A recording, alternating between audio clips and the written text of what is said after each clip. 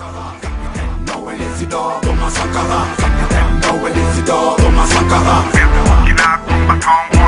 le style, avec le fond, avec la forme, il s'empara, sans apparat, le pouvoir qui met au départ, elle tentera. Alors aujourd'hui, c'est important de synthétiser ce qui fait la logique générale de son œuvre politique. Et je voudrais insister sur quelques points, et puis après, nous interroger sur en quoi ces leçons nous permettent de comprendre les enjeux aujourd'hui en Afrique.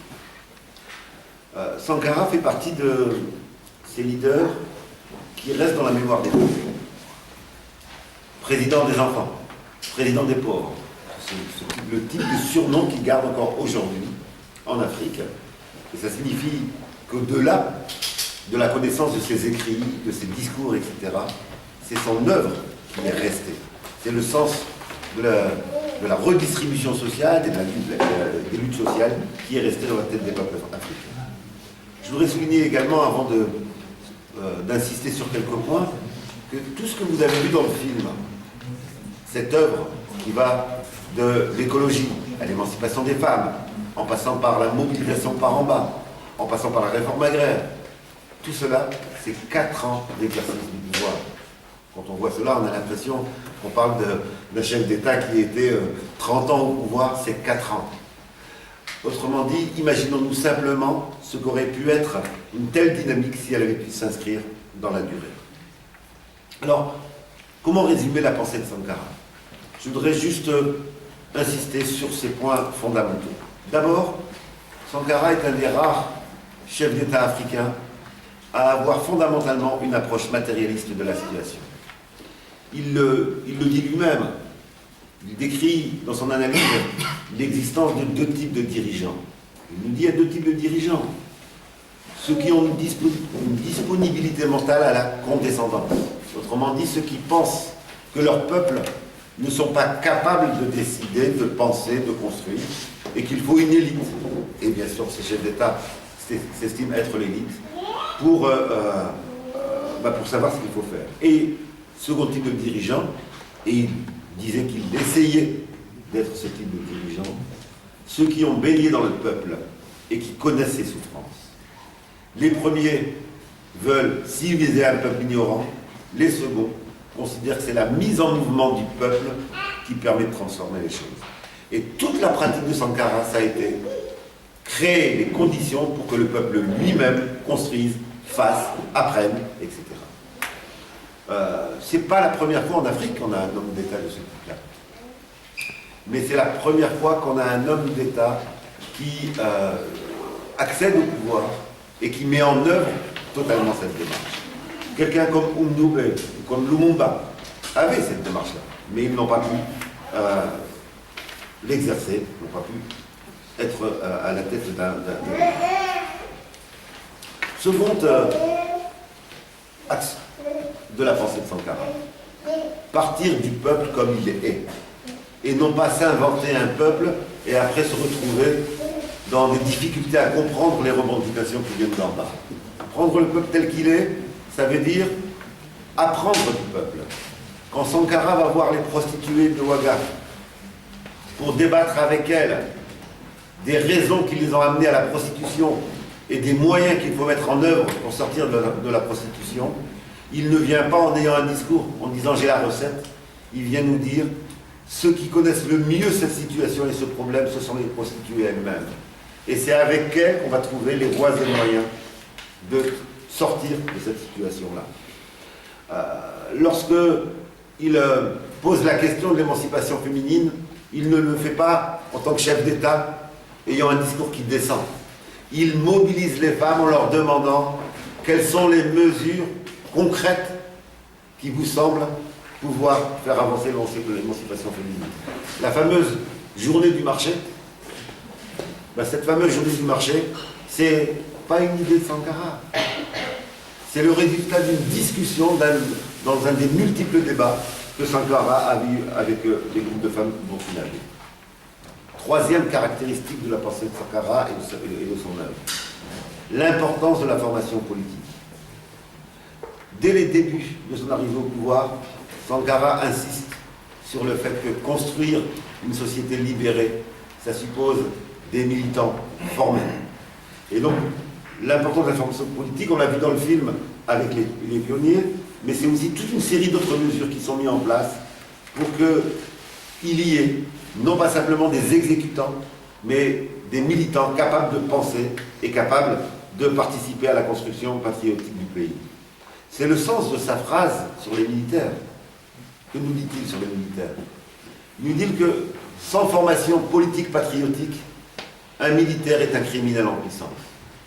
Il refuse donc la division des savoirs, d'un côté les militaires et les techniques militaires, les profs de fac et le savoir universitaire. Pour lui, l'ensemble des habitants du Burkina doit accéder à la formation politique, sinon il n'y a pas de projet d'émancipation possible. Quatrième caractéristique de la pensée de Sankara, l'auto-organisation du peuple. Ne pas élaborer des plans qui vont venir s'imposer au peuple, mais construire avec le peuple, eh bien, cette construction d'une nouvelle société. S'inspirant de la révolution cubaine, on l'a vu dans le film, il met en place les comités de défense de la révolution, qu'il décrit de la manière suivante. Ce n'est pas simplement des gens pour surveiller. Et d'ailleurs, c'est une des critiques que je ferai au peuple, que je ferai au film, c'est que sur certaines des critiques, je les estime pour moi injustifiées, sur d'autres oui. Sankara nous dit, les CDR ont pour objectif de détruire la machine d'État coloniale. Il s'agit donc de casser un type de pouvoir, et il ajoute, de créer une nouvelle machine où le peuple exerce le pouvoir. La question n'est donc pas simplement d'accompagner la révolution, elle est de créer de nouveaux organes de pouvoir par en bas, élus, au quartier, au plus proche des gens. C'est donc l'idée d'une démocratie directe, un peu comme toutes les révolutions nous ont porté, un peu comme les soviets initialement, etc. Et c'est cela que l'ambition des CDR, en tout cas c'était cela que Sankara avait en tête. Outil de démocratie directe, eh bien, on va avoir, à partir des CDR, une multitude de mobilisations qui vont se mettre en place. C'est au sein des CDR que les juges vont être élus, donc des juges populaires. C'est eux qui vont organiser la vie de quartier, qui vont régler les conflits de proximité. Les grandes campagnes dont on a eu quelques exemples dans le film, eh bien, vont être initiées également par les CDR.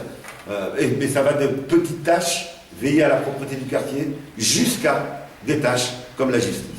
Il s'agit bien de construire un pouvoir populaire, et ça c'est une des caractéristiques de la pensée et de l'œuvre de Thomas Sankara. Cinquième très saillant, l'importance de l'autosuffisance alimentaire. Et là, on a sans doute, et pour longtemps, on a un exemple qui est porteur d'espoir, parce qu'il nous montre que c'est possible, nous le savions déjà, mais que l'autosuffisance alimentaire, dans un des pays les plus pauvres d'Afrique, est possible dans le court terme. Ce n'est pas à 30 ans ou à 20 ans ou à 15 ans. En l'espace de 3 ans, le Burkina est passé à l'autosuffisance alimentaire. Et il le dit lui-même. Quel est le choix entre les pays, pour les pays africains? Le choix est binaire. Ou nous dépendons de l'aide alimentaire extérieure et nous aurons les servitudes qui vont avec. Il le dit dans le film, celui qui te nourrit te donne des ordres aussi. Ou nous avons l'autosuffisance alimentaire. Ce choix binaire, Sankara, ça a été une de ses priorités. Renforcer l'indépendance et la souveraineté du Burkina en enlevant la dépendance alimentaire vis-à-vis des grandes puissances occidentales. Ça a été une réforme agraire avec redistribution des terres. Ça a été des campagnes collectives de défrichage pour planter un arbre, des travaux collectifs, la construction du chemin de fer. Toutes ces grandes dimensions qu'on a vues dans le film et qui ont permis très rapidement, eh bien, non seulement une autosuffisance alimentaire, mais de passer d'un Burkina qui, en 1984, importe 200 000 tonnes de céréales. Nous sommes en 1984. 2 ans plus tard, l'objectif fixé, 2 repas par jour pour tous les Burkinabés et 10 litres d'eau pour chaque Burkinabé par jour, est atteint. Mais cela, bien entendu, ne peut se faire que s'il y a une cohérence dans la politique gouvernementale. On ne peut pas faire cela et maintenir une couche privilégiée. D'où cette belle phrase qui résume, en tout cas, de l'Afrique du Nord jusqu'à l'Afrique du Sud, qu'est-ce qu'on rêverait que ça soit appliqué dans nos pays. Cette belle phrase de Sankara, on ne peut pas, il faut choisir entre le champagne pour quelques-uns et l'eau pour tout le monde. Autrement dit, là de nouveau, il nous pose une question du choix binaire, qui se limite à deux, où nous acceptons une couche privilégiée, une classe dominante qui est en lien avec l'Occident, et bien avec comme conséquence la misère, la pauvreté pour le reste du peuple, où nous privilégions les besoins du peuple, et ça suppose de contrecarrer les intérêts de cette classe dominante. Cinquième trait saillant de Sankara, l'importance du combat culturel, qui n'est pas un combat qui est séparé du combat économique. La question de sortir de la dépendance culturelle, on le voit là avec des belles remarques sur les t-shirts, sur les Lévi-Strauss, etc. Pour que la dépendance économique se maintienne, les puissances dominantes de ce monde, les États impérialistes, mettent en place une dépendance culturelle. Ils mettent en place toute une série de mécanismes qui habituent à des consommations qui ne sont pas ceux qui sont produits localement. Ils lancent des modes qui apparaissent comme absolument nécessaires à la jeunesse pour maintenir cette dépendance culturelle. Et il ne faut pas prendre à la légère, même si certains s'en moquent, tout le discours de Sankara sur la cotonnade, etc. Ce n'est pas un jeu de mots. Sankara est conscient que si la jeunesse burkinabé ne sort pas de cette dépendance culturelle, eh bien le projet émancipatoire est affaibli.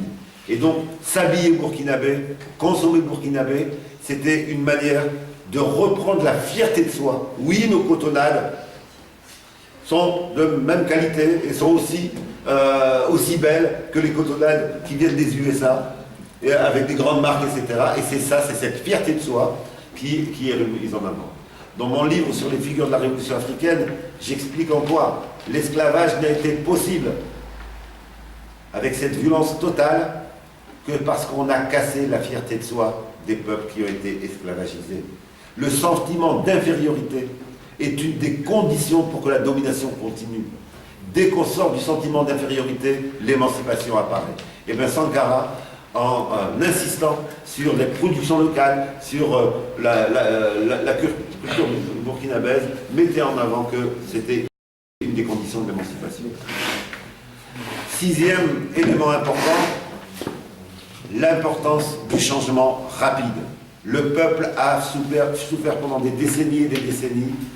Le gouvernement révolutionnaire qui viendrait et qui dirait à son peuple « mais vous allez attendre 50 ans ou 100 ans avant que votre condition de vie s'améliore », eh bien, ne serait pas crédible. Sankara l'a très bien compris, d'où ce que certains ont moqué également ici en Occident, parce qu'ils ont une vision des militaires qui est une vision qui est uniquement européenne, d'où cette idée des commandos. On a eu commando sur commando au Burkina.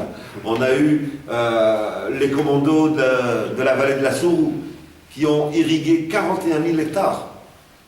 Mais ces commandos, c'est quoi? C'est des centaines, des milliers de jeunes qui se mobilisent ensemble, et c'est une véritable école. Ils sont ensemble, et ensemble ils travaillent pour les biens du pays, ensemble ils s'éduquent, ensemble ils regardent des films, et donc c'est ce commando-là. Il y en a d'autres qui ont été encore plus efficaces. C'était cité dans le film, la vaccination commando. Mais dans le film, on ne nous a pas dit ce que ça a signifié. 3 millions d'enfants en 2 semaines ont été vaccinés. Quand on voit que des gens meurent encore aujourd'hui de maladies comme la rougeole, en 2 semaines, un peuple mobilisé a vacciné 3 millions d'enfants. On avait la même chose au niveau de l'alphabétisation. En 50 jours, des dizaines de milliers de paysans analphabètes ont été alphabétisés. Autre élément clé de la pensée et de l'œuvre de Sankara, la question de l'exemplarité. Ne dites pas à votre peuple de faire quelque chose si vous, en tant que ministre, en tant que fonctionnaire, vous ne faites pas la même chose. Vous n'êtes pas capable de vous l'appliquer. On a vu les fameuses Renault 5. Tout le parc présidentiel et ministériel vendu, remplacé par des Renault 5. La suppression de la classe affaires, on l'a vu également. Mais on a parlé de la baisse de salaire de Sankara, mais ce n'était pas que de Sankara. Tous les salaires des ministres et des hauts fonctionnaires ont été baissés de manière considérable. C'était un message très clair qui montrait que ceux qui étaient à la tête de l'État voulaient d'abord s'appliquer à eux-mêmes ce qu'ils allaient demander au peuple français. Sankara a même inventé l'avion stop. L'avion stop. Un pays pauvre comme le Burkina ne peut pas se permettre de payer des billets d'avion à ses ministres pour aller pourtant à des rencontres où il faut aller, des rencontres internationales, parce qu'on a besoin de rencontrer d'autres pays frères, à l'OUA, à l'ONU, etc. Alors que faire si on n'a pas les moyens? Eh bien, tout avion qui survolait le territoire du Burkina pour avoir l'autorisation de vol, s'engager à prendre le ministre qui allait dans cette direction. Et voilà comment des ministres ont pu participer à toutes les réunions internationales sans que ça coûte un centime au peuple burkinabé. Autre trait de l'apport de Sankara, le panafricanisme et l'approche universaliste. L'Afrique, dit-il, est une communauté de destin. C'est pas simplement, et c'est même pas, une homogénéité culturelle. Il n'y a pas d'homogénéité culturelle en Afrique. C'est comme si on disait qu'il y a homogénéité culturelle en Europe. Il y a des cultures africaines. Par contre, sur le plan économique, sur le plan de l'indépendance politique, sur la capacité à ne pas céder aux pressions, aux menaces, aux ingérences des grandes puissances, oui, l'Afrique a une communauté de destin. C'est pour assurer sa souveraineté que l'Afrique a besoin de se penser panafricaine. Et là, on retrouve le vieux projet qui a porté tous les espoirs des indépendances. Je rappelle souvent le repère qui a été le congrès d'Accra en 1958, où le projet des États-Unis d'Afrique est posé et où on nous dit d'Alger au Cap, il faut des États-Unis d'Afrique parce que c'est la seule manière de résister au néocolonialisme et à la force des puissances dominantes. Sankara réaffirme ce panafricanisme, mais il inscrit ce panafricanisme dans une autre logique qui a également marqué l'Afrique dans le milieu des années 60, c'est la tricontinentale, et Sankara insiste sur le lien d'intérêt entre l'Asie, l'Afrique et l'Amérique latine. Et enfin, on voit bien, c'est comme des poupées gigognes, enfin Sankara a un discours sur les opprimés à l'échelle du monde. Sankara se pense comme étant dans une lutte mondiale, incluant y compris les pays européens et les États-Unis, une lutte mondiale entre les dominants et les dominés. Je vous rappelle cette belle phrase et les beaux mots qu'il arrivait à trouver. Il nous dit à l'ONU, je veux parler ici au nom de tous les laissés pour compte, parce que rien de ce qui est humain ne m'est étranger. Et donc, c'est une réponse aussi de Sankara. C'est une réponse à ceux qui abordent la question africaine non pas sous l'angle économique, non pas sous l'angle de la dépendance politique, mais sous un angle racialiste. Là, il le pose de manière de l'émancipation politique et en termes de lutte mondiale des classes. C'est cela qui met en avant. La question de la dette, j'y insisterai pas, elle était abordée dans le film. Je voudrais juste compléter ce qui était dit dans le film sur quand même, et je conseille à tout le monde de relire et de lire si vous ne l'avez pas lu, et de relire ce discours sur la dette. Parce que dans ce discours sur la dette, il n'y a pas seulement le « nous ne payerons pas ». Il y a l'explication de l'origine de la dette. Et il y a même inversion de la logique de remboursement. Parce que Sankara nous dit que ceux qui ont une dette sont en réalité les pays qui se sont enrichis par l'esclavage et la colonisation. Si l'on veut parler de dette, il faut parler de réparation. Et donc, non seulement Sankara refuse de payer la dette, mais il pose le débat sur la nécessaire réparation des dégâts de l'esclavage et de la colonisation.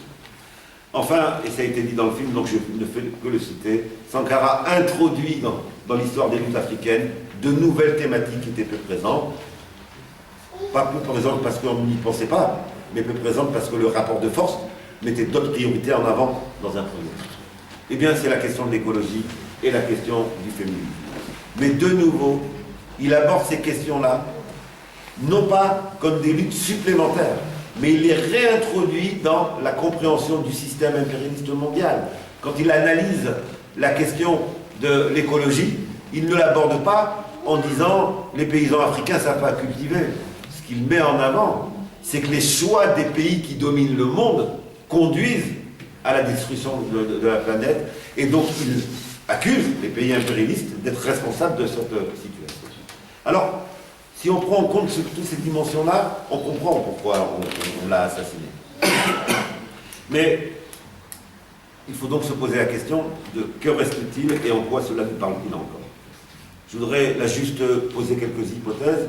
Première hypothèse, on a vu le vaste mouvement qui a balayé l'assassin de Sankara.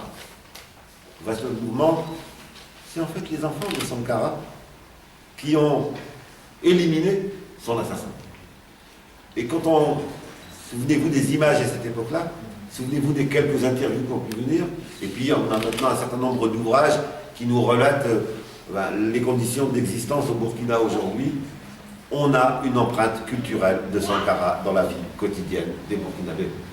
Et quand une pensée s'est transformée en culture, quand ça fait partie des réflexes, quand ça fait partie des postures, les jeunes disant, par exemple, je voyais un film hier à Bruxelles, dans une conférence, un film où on donnait la parole à des jeunes burkinabés, et dans ce film, on voyait un groupe de jeunes, où ils étaient d'accord entre eux, ils s'affrontaient un petit peu, et quel était le mot qui revenait le plus?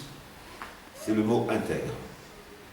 En gros, c'était des jeunes qui disaient d'autres jeunes sur le vol, et un certain nombre de jeunes disaient, rappelle-toi Sankara, nous sommes le pays des hommes intègres, c'est ce que voler, tu voles un pauvre comme toi, etc. Peu importe le thème, ce qui est important, c'est que là, à propos de quelque chose d'aujourd'hui, dans un cadre d'aujourd'hui, c'est cette référence-là qui revient. Et donc il y a une empreinte culturelle de Sankara au Burkina, mais aussi de manière beaucoup plus large. Seconde trace encore aujourd'hui, eh bien, la référence de Sankara au niveau africain.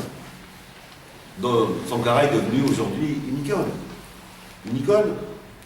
Tous les mouvements militants en Afrique connaissent Sankara. Une partie de la jeunesse aborde son t-shirt. Un peu comme le Tché, il est en train de devenir, c'est pas un hasard qu'on l'a appelé le Tché africain, il est en train de devenir un des repères dans l'histoire de la pensée émancipatoire, et là on se concerne l'Afrique. Troisième élément, des leçons qui ont germé, des leçons que Sankara a posées et qui ont germé, et qui tendent à se transformer aujourd'hui en mouvement du côté de la jeunesse africaine, en dépassant de beaucoup le Burkina. Comment ne pas faire le lien entre le mouvement contre le franc CFA, qui touche près d'une quinzaine de pays d'Afrique de l'Ouest, dans lequel on a une jeunesse qui manifeste, qui demande la sortie du franc CFA, dont certains des leaders sont emprisonnés. C'était inimaginable il y a encore une dizaine d'années. Ils ont 20 ans. Et ils ont quoi sur leur pancarte? On retrouve des photos de Lumumba, de Sankara, etc., qui ressortent spontanément. Et donc, cette jeunesse-là fait le lien. Le mouvement contre les APE, accord de partenariat économique. Qu'est-ce que c'est que les APE? Exactement ce que dénonçait Sankara. Cette idée que l'Occident capitaliste veut imposer à l'Afrique en leur disant il faut ouvrir toutes vos frontières et laisser le libre commerce, mais c'est l'annonce dans 10 ans d'une famine généralisée, beaucoup plus grande que ce qu'on a connu jusqu'à aujourd'hui. Le petit paysan sénégalais aura son riz mis en concurrence avec le riz de la grande multinationale, sans aucune possibilité pour l'État de protéger sa petite paysannerie. Et je le dis sur le riz, mettez-le sur l'ensemble des produits.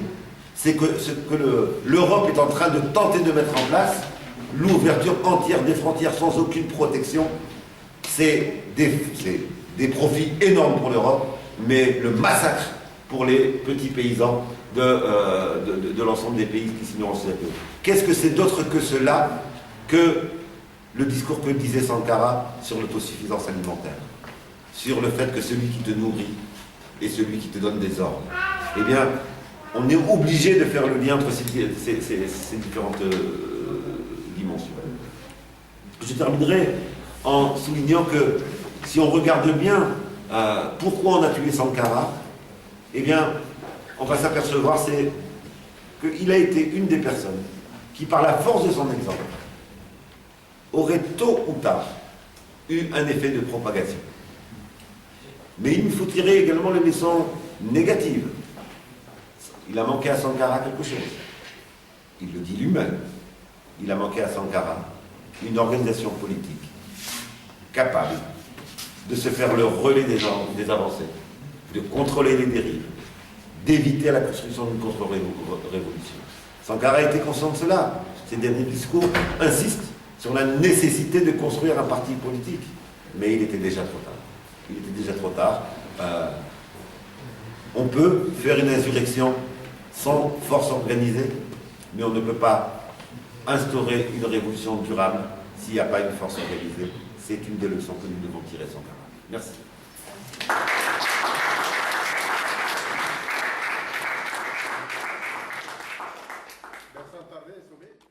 Seulement 3 mois. Donc, je viens fraîchement du Burkina Faso. Et Roland Diagne l'a également souligné.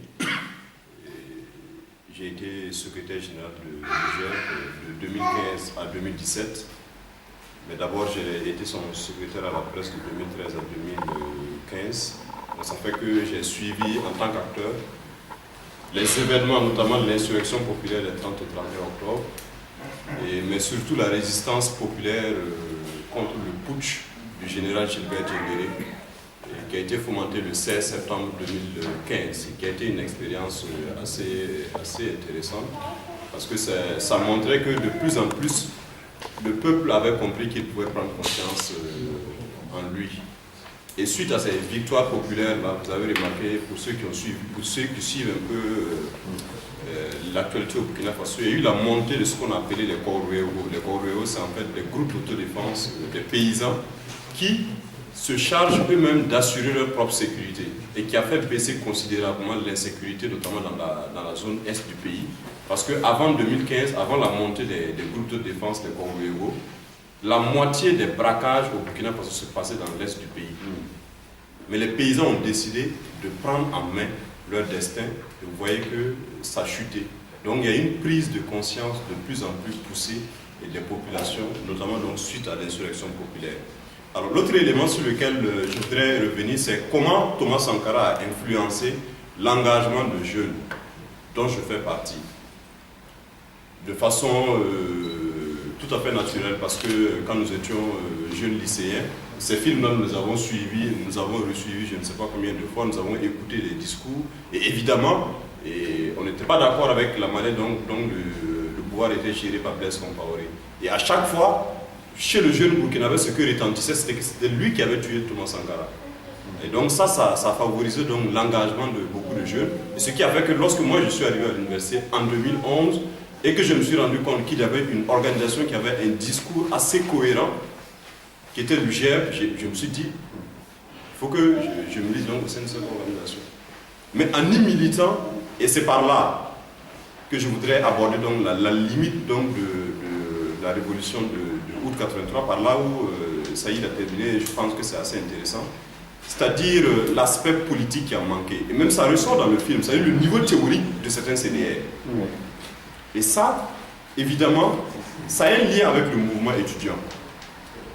Parce qu'avec les années 46, avec la naissance du RDA, et les années 1950, le repli du RDA, la naissance de la FEAMP, la Fédération des étudiants d'Afrique noire en France, l'UGEP faisait partie de la FEAMP avec sa section française, la EVF, l'Association des étudiants voltaïques en France. Mais il y avait des débats au sein de ce mouvement étudiant-là. Je ne suis pas certainement le mieux placé pour parler de ces débats au niveau du mouvement étudiant. Mais ces débats au niveau du mouvement étudiant ont favorisé l'émergence d'un certain nombre d'acteurs. Mais ces acteurs-là, ce sont eux qui vont créer plus tard ce qu'on appelle l'OCV, l'Organisation communiste voltaïque. Mais il y a eu un débat assez intéressant au sein de l'UGEP en 1978. Ce débat-là, c'était le débat sur la nature néocoloniale de la haute volta. Il y a eu deux camps qui se sont opposés. Il y a le camp qui a dit la haute volta est politiquement indépendante, mais elle ne l'est pas économiquement. Et il y a l'autre camp qui a dit la haute volta n'est ni politiquement indépendante, ni économiquement indépendante. Donc il y a eu la scission au sein de l'UGR, il y a eu l'UGR M21, la création le 21 juin 1978 de l'UGR M21, qu'on a qualifié donc de NCOL. C'est-à-dire que l'UGR a qualifié de nouveau courant opportuniste et liquidateur. Et donc, au sein du débat au niveau de l'organisation communiste voltaïque, c'est évidemment ce camp-là qui va se retrouver dans ce qu'on appelle l'ULC, l'Union des luttes communistes. Et il y a eu également l'autre camp qui va rester donc au niveau du Parti communiste révolutionnaire voltaïque, le PCRV. Alors évidemment, lorsqu'il y a eu le coup d'État en 1983, et ça c'est Valère qui le dit dans son livre, il dit Sankara est venu lui dire, alors qu'il s'était réfugié dans son village, il dit Valère, avec tout ce que tu sais, tu ne peux pas ne pas venir contribuer à la révolution. Alors que Valère, au préalable, avait tué son ULC en disant que le communisme était mort. Mais comme Sankara va vers Valère pour l'appeler à contribuer pour la révolution, il crée ce qu'on appelle l'ULCR, l'Union des luttes communistes reconstruite. Alors, donc au sein du CNR, au sein du Conseil national de la révolution, vous avez des groupes, des organisations comme le GCB, le groupement communiste burkinabé, vous avez le PAI de Souman Touré, le Parti africain de l'indépendance, vous avez l'ULC, de l'ULCR plutôt, qui va à un moment donné également avoir une scission au sein de l'ULCR et une autre fraction qui va créer l'ULC. Donc ce sont ces fractions-là qui vont effectivement se battre pendant les 4 ans de la Révolution, du Conseil national de la Révolution, et qui vont favoriser les frictions et l'explosion du CNR. Donc, la cohérence, ou le manque de cohérence de vue, d'homogénéité de vue au sein du CNR a contribué à l'éclatement de cette expérience politique le 15 octobre 1987. Mais évidemment, et c'est pourquoi vous avez le sentiment, lorsque les gens parlent de l'expérience de Sankara, on isole la personne de Sankara. Parce qu'évidemment, celui qui a pris le pouvoir plus tard, c'est le numéro 2 de la révolution.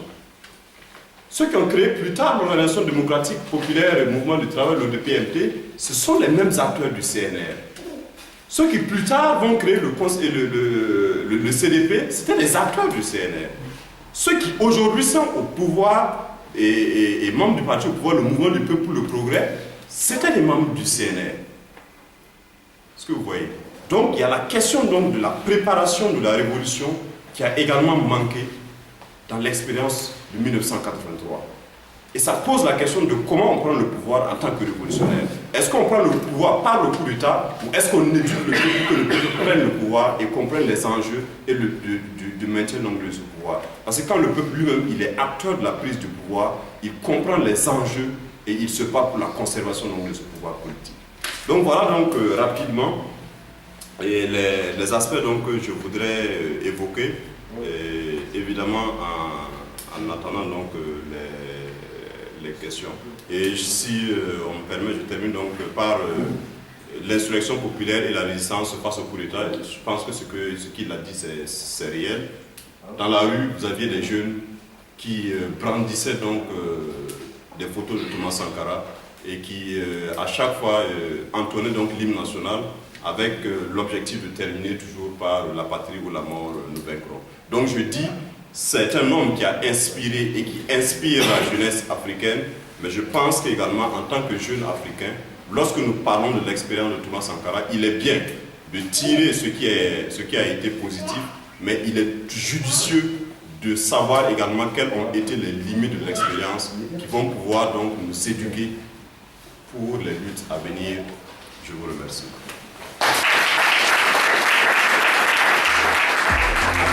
Avec le fond, avec la forme, ils s'empara, sans apparat. Le pouvoir qui met au départ, il tentera. Malgré les pièges qu'on lui brandira, de rendre sa dignité à l'opprimé, on le nommera. Père du Burkina, combattant, on le chantera. Capitaine Noël Isidore, Thomas Sankara. Capitaine Noël Isidore, Thomas Sankara. Capitaine Noël Isidore, Thomas Sankara. Le militaire gère, visionnaire, révolutionnaire.